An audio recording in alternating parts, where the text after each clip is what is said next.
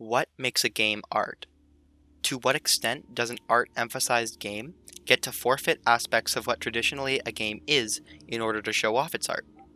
How can I tell if an excruciatingly poor execution of gameplay elements is just symbolic of underlying themes or a fatal oversight of the developer's vision? Is the overbearing desire to maintain an element of the game's themes throughout the story a carefully crafted vision to show the player and character development, or is it just a poor excuse at immersive gameplay? These are questions that ran rampant throughout my playthrough of Hellblade: Senua Sacrifice. I by all metrics found this game to be a masterclass in atmosphere and storytelling. The outstanding audio-visual design is what hooks the player, and the unnerving atmosphere and storytelling are what keeps the player engaged. The realistic representations of emotional states on the part of Melina Juergens, especially because this was her first acting experience, were so excellent they cannot be put into words. This performance is complemented by the tremendous research Ninja Theory clearly put into understanding and expressing psychosis and mental illness in a digestible and educated way. It was clearly a goal for Hellblade to tell a story beyond the surface level presented within the game.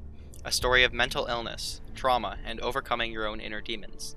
This is the type of writing that adds infinite amounts of depth into a game, and in Hellblade's case, what distinguishes it from being a game into more of an experience. Once Hellblade has been spoiled, it loses a significant amount of its appeal, simply in terms of not being able to experience it for the first time. To make my thoughts clear enough to make sense, I will be spoiling many aspects of the game's design and mechanics. I cannot emphasize enough that if you have had any intention of playing this game in the future, please do so before watching the remainder of this video. Regardless of my gripes with the game I'll be talking about, Hellblade: Senua Sacrifice is a work of art that has to be experienced firsthand. Get up and fight!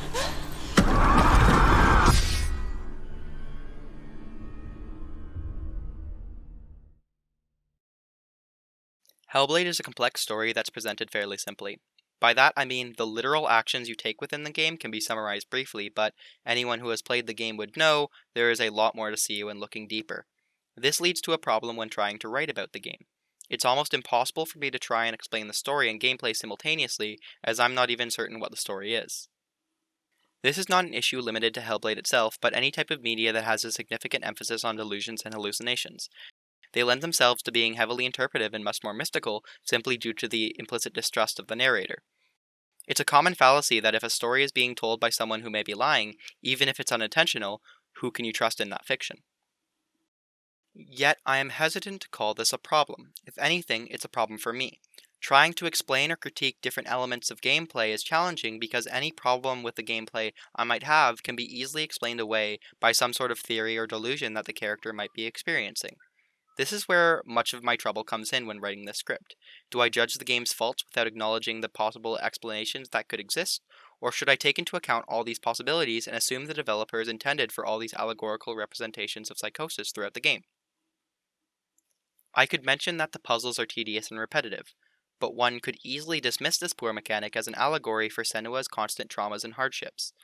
The idea that these memories amplified by psychosis drag on and on, forcing her to relive the painful events, is a perfectly reasonable and fair explanation for these awful mechanics.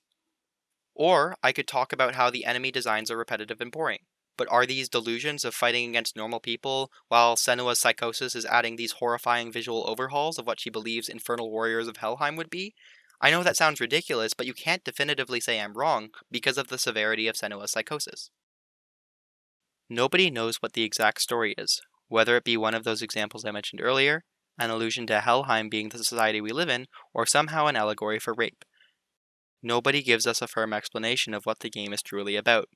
Even the wiki says, and I quote, "It is unclear about how much of Senua's journey is actually real, and how much of it is based on the psychotic delusions of her mind. Though there are supernatural elements at play, all of Senua's experiences are based on her interpretations of the Norse stories that Druth had told her." So, to get a little bit more opinions, I asked a bunch of my friends, game designers, and YouTubers to give me their opinions on the matter. I posed them a hypothetical that went like this. In a game where the themes are vague and give allegorical but not entirely canon answers to subpar game mechanics, should one judge the game based on what is presented or what could be interpreted? Some people need an example to align their thoughts, thus, in order to prevent a specific discussion on Hellblade itself and to ensure their answers were in a vacuum as possible, I came up with this. If you take a platformer based on themes of depression and stress, where the developers make the jumping mechanic slow and cumbersome, would you criticize the fact that the mechanic is poorly implemented, or praise the mechanic for its theming regardless of usability? I got a varied range of answers, and I sincerely appreciate their help with this project. Their links will be in the description. An overwhelming majority of them said something along the lines of this: there has to be a tolerance for cumbersome mechanics to fill an experience properly. If an artistic decision actively impedes the vision the developers were going for, then that decision has failed in its goals and should be criticized. This is where subjectivity will come in. A frustrating gameplay element for me might be a well-written story piece that is expertly put into the mechanics of the game for someone else. Overall, though, I can't explain every possibility for every situation in Hellblade. What I can do is talk about what is presented to the player and say where it mechanically falls short. Despite Schrodinger's connections that may be there or may not, Joseph Anderson on Twitter sums it up perfectly like this: don't be afraid to criticize gameplay, even if it aligns with a theme, if it didn't strike you well enough. On that note, I think Hellblade should have been a movie rather than a game. I feel like it would have been a better experience if they completely pushed it into being a movie for many reasons that I hope to clarify to you and myself over the course of this video. Let's start out with why I feel Hellblade fails as a game. Now, I don't find writing about the philosophical aspects of what a game is to be interesting. I understand that there is a large amount of debate about what play means while trying to whittle down all the elements of a game to get to some amorphous form, so it's inevitable that I might step on the toes of some people who believe pressing on a piece of bread with some sort of rule set tied to it is considered gameplay, but I digress. For the purposes of this video, I believe that a game at its core should have a win state, a relevant fail state, and a relevant interaction between the players and game. That's what I believe constitutes a game at a bare minimum level, and thus where I feel Hellblade fails. If a medium claims to be a game without having at least these three elements within it, I hesitate to call it a game in the first place. Let's run through what I just listed. We'll be on the same page and say that Hellblade's win state is obviously a real thing.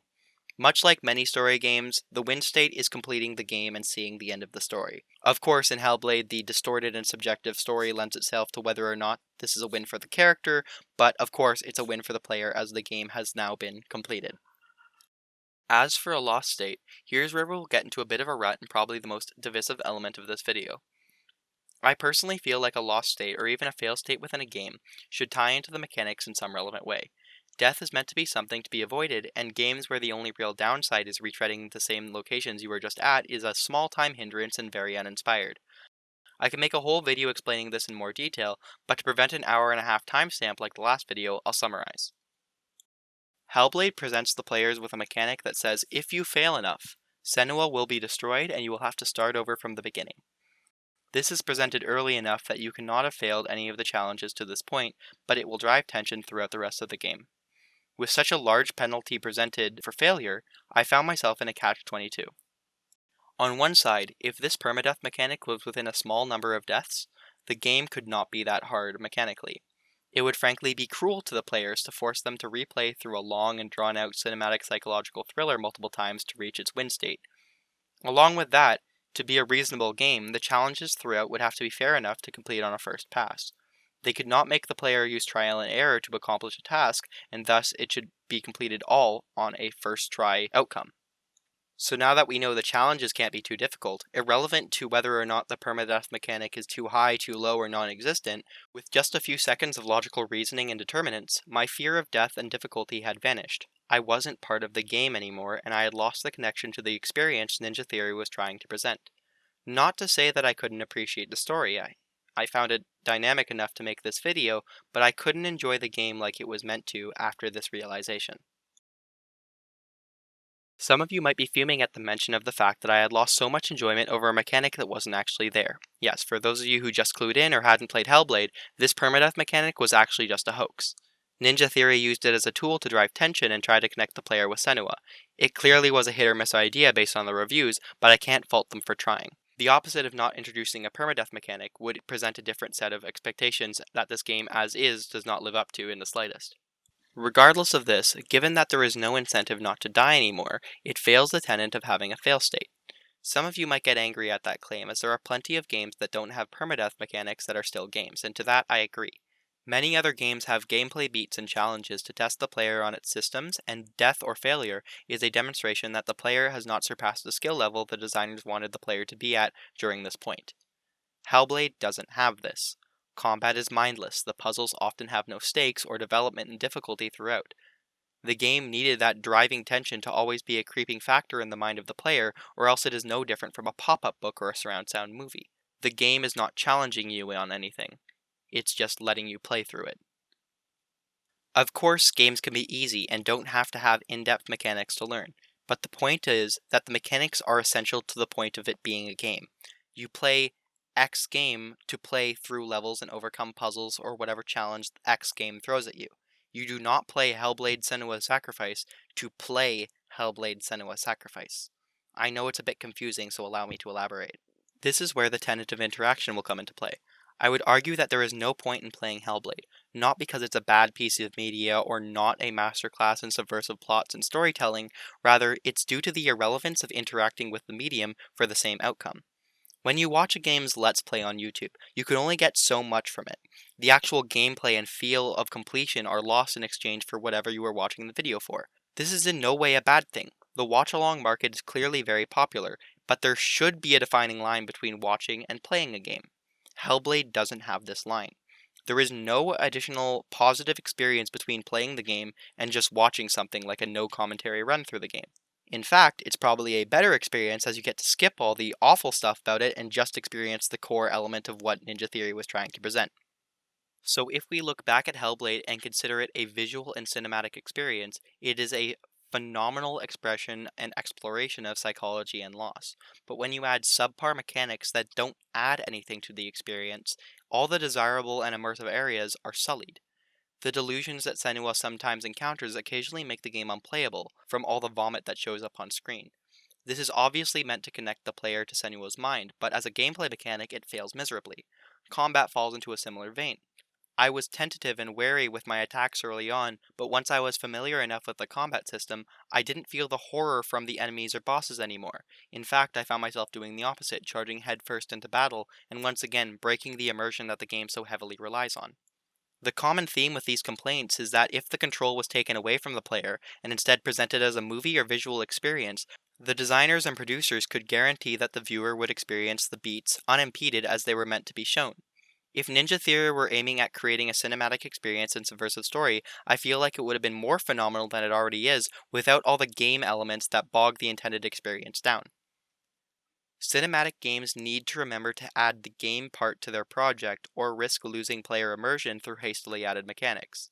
When it comes to Hellblade itself, I always recommend watching the game rather than playing it through, as playing it gives you very little, if any, additional experiences. You can get similar feelings of connections and triumphs for characters through movies and books without having to play as the character. The interaction with the story and world is why games get away with silent protagonists and have much more impactful stories overall. When narrative-heavy games make a character, they have to follow up with some sort of action for the player to play with. Without it, what's to stop them from watching a cinematic movie on YouTube as a substitute? When someone tells me that video games aren't art, that notion often comes from a place of consuming other media and an overall ignorance of the medium. With my thoughts now aligned, I would like to point to Hellblade as a direct bridge from the highly engrossing films and visual storytelling platforms to the interactive elements that makes the games industry a multi-billion-dollar venture they are now. Despite my hostile tone and blanket statements, Hellblade Senua Sacrifice is a masterpiece through and through. And who knows, with time, these types of games may sway my opinion on them and may be able to be seen through a different light, but for now, I don't see the difference between Senua Sacrifice and a movie like Gravity. This video took a large amount of time to come out, as it's always an endeavor to organize my thoughts and come to a synopsis that's understandable and readable. But I think I managed. If you have any ideas of what you would like to see me cover in a future video, or any thoughts about the current video, please let me know in the comments. Otherwise, have an awesome day. Thank you for watching.